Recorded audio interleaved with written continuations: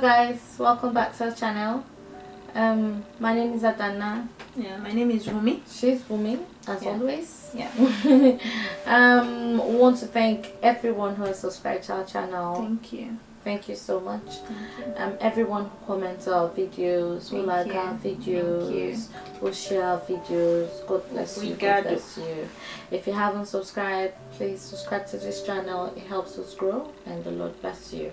Amen. So while we're here today, now the topic of this video is maintaining integrity. Maintaining integrity. Yes, you have integrity, but how do you maintain it? That's what we'll be talking about today. Integrity is, sticking to your words. Integrity is when you are upright and you stick to your word. And when you say blue today, you don't come back tomorrow to tell me that it's yellow. Yeah, integrity is maintaining your stance, so to speak. And we're going to be, dissecting the book of Daniel chapter 1. Daniel chapter 1. We'd like you to, in your spare time, when you have the chance, you might have read it before, and but we encourage you to read it again. You get fresh revelations, now, even as you read it. In the book of Daniel chapter 1, the Bible told us about the story of Daniel, where the king said, okay, select the best of the best, select the best of the best. And that is to tell us that Daniel had the spirit of excellence. He and his friends were among those that were selected, to be groomed by the king and all that, so that they help in the king's palace and all. So that is to tell us that children of God, there's a level of excellence that we carry. As children of God, there's a level of excellence we carry, and it's not uncommon or it's not unusual for us to find ourselves in positions, in this world. The Bible says we live in this world, but we are not of this world. Of course, you go to work. Of course, you have colleagues. Of course, you have roles to play in the different designations, that you've been placed. And there are times where your integrity might want to be tested. There are times when your boss might come to you and say, Adana, can you tell this lie? Can you cover? They don't call it a lie. Can you cover up, this thing? Or somebody comes to you with, a form for you to forge some documents. How do you maintain your stance? Someone tells you, tell that person I'm not around. Yeah. So how do you maintain your integrity in situations like this? Do you chicken out and say, oh, let me play along and all that? So in the case of Daniel, the king said they should feed them, with the fattest, they should give them good meals and all that. And of course, Daniel and his friends must have thought that, oh, these meals are meals that are offered to idols and all. We won't eat of the king's table. We can't eat from the Lord's table and also eat from the king's table. Even though the king has called us to work for him, we will still maintain our integrity as children of God. So therefore, even though the king is offering us this fat meal, we are not going to eat from it.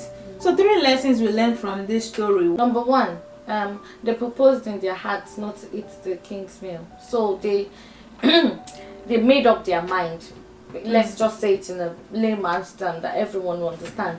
They made up their mind not to eat the king's meal, because there's this saying that you cannot bite the hand that feeds you, and when you rely so much on someone, you're bound to want to compromise because of that person when you get used to things. So they stuck to what they were used to. They stuck to what their own routine. So they are not really under anyone's control or anyone's influence. So they made up their mind that, you know what, we're not going to take what the king is giving us. We're not going to eat the king's food. We'll maintain what we're eating because we know the God we serve. And also why they actually made up their mind not to eat the king's food was because those were food presented to idols, and they know that you cannot eat on God's table and eat with idol. It doesn't. You have to pick one master. You cannot serve 2 masters at a time. So they knew that, and that's why they stuck to their ground, even though whatever the king was offering was very juicy, appealing to the eyes and all. They stuck to what they knew, what they were comfortable with, and what they knew pleased God. Okay.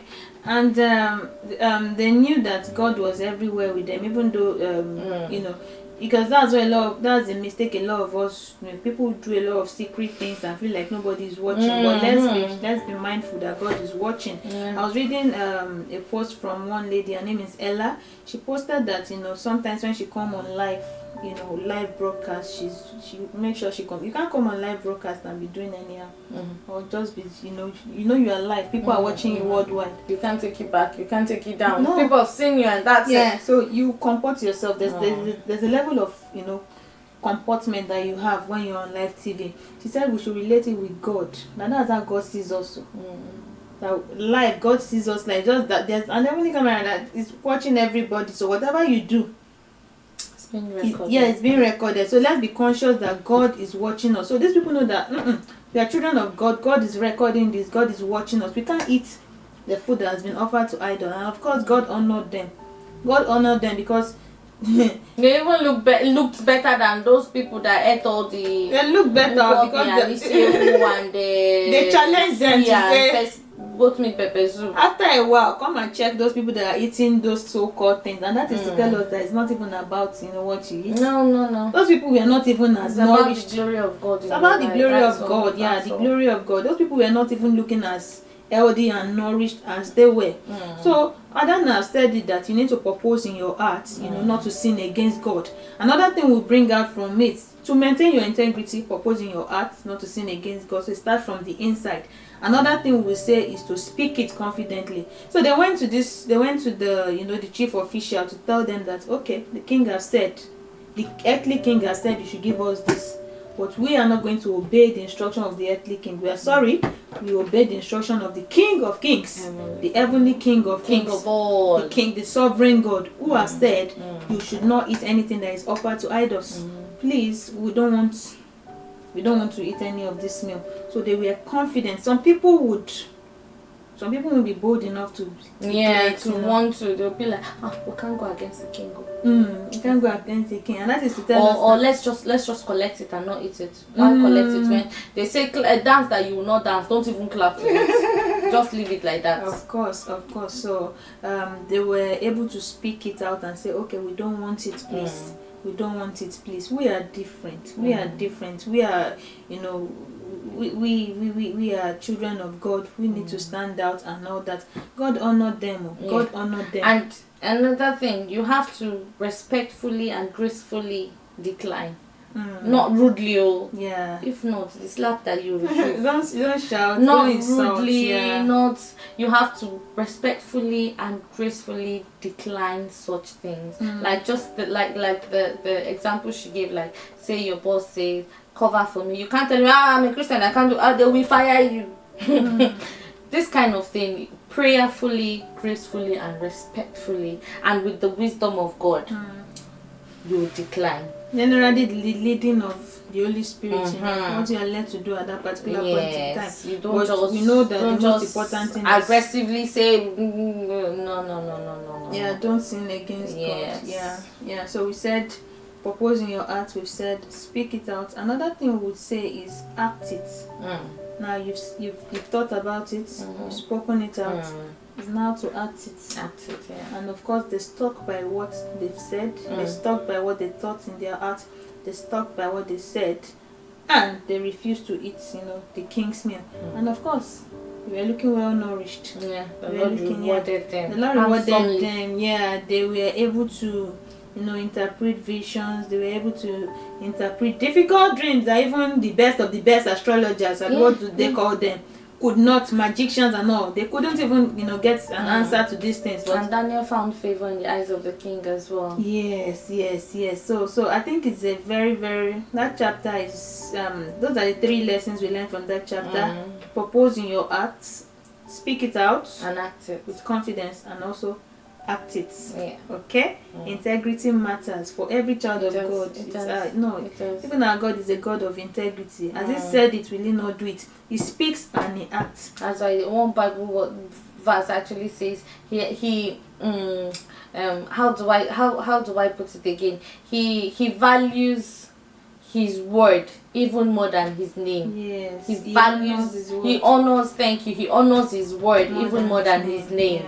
So you can imagine, you can just imagine There's nothing, he doesn't go back on his word. He never goes back on his word. Be a truthful person. Be a reliable person. Have integrity. Don't let people should not come to you for shady businesses. People should not be bold enough to come to you for shady deals. They should know that, look, if it's this thing you want to do, don't even go to this person. Yeah, this one is different. Yeah, they should know your difference. Shine your light wherever you are. Let your light shine, you know. Influence people positively. Overshadow every darkness in that area. Yeah. Be a positive influence. Be a positive drive, you know. Don't claim to be a child of God and, you know, be indulging in things that are not Christ-like, that are not godly. Yeah, your integrity matters. Your integrity matters. So we would, like we always say, encourage you to self-examine yourself. Check if there are areas where you've erred. Go back to Father. He's a loving Father. He's a forgiving Father. He will forgive you once you ask Him to do. All right, with that we come to the end of this video. Adana, thank you for joining us. As we always say, please subscribe if you haven't. Leave us comments. We'll be looking forward to hearing from you. Would love to hear from you. If you can't leave us comment in the comment section, you can send us an email if it's private. If you don't want everybody to see, you can send us an email. Our email address is in the description. Send us an email if you want to get to us directly. Press the like button. Please always like our videos. Whenever you watch our videos, please like them. It shows us that you've watched it. As we said, leave us comments, subscribe, help us share this video. You never know who you're helping. This is just our own little way of reaching out to the world. So thank you very much for joining us in this video. Remain blessed, stay focused, stay in Christ, and maintain your integrity. We'll see you in our next video. Bye bye.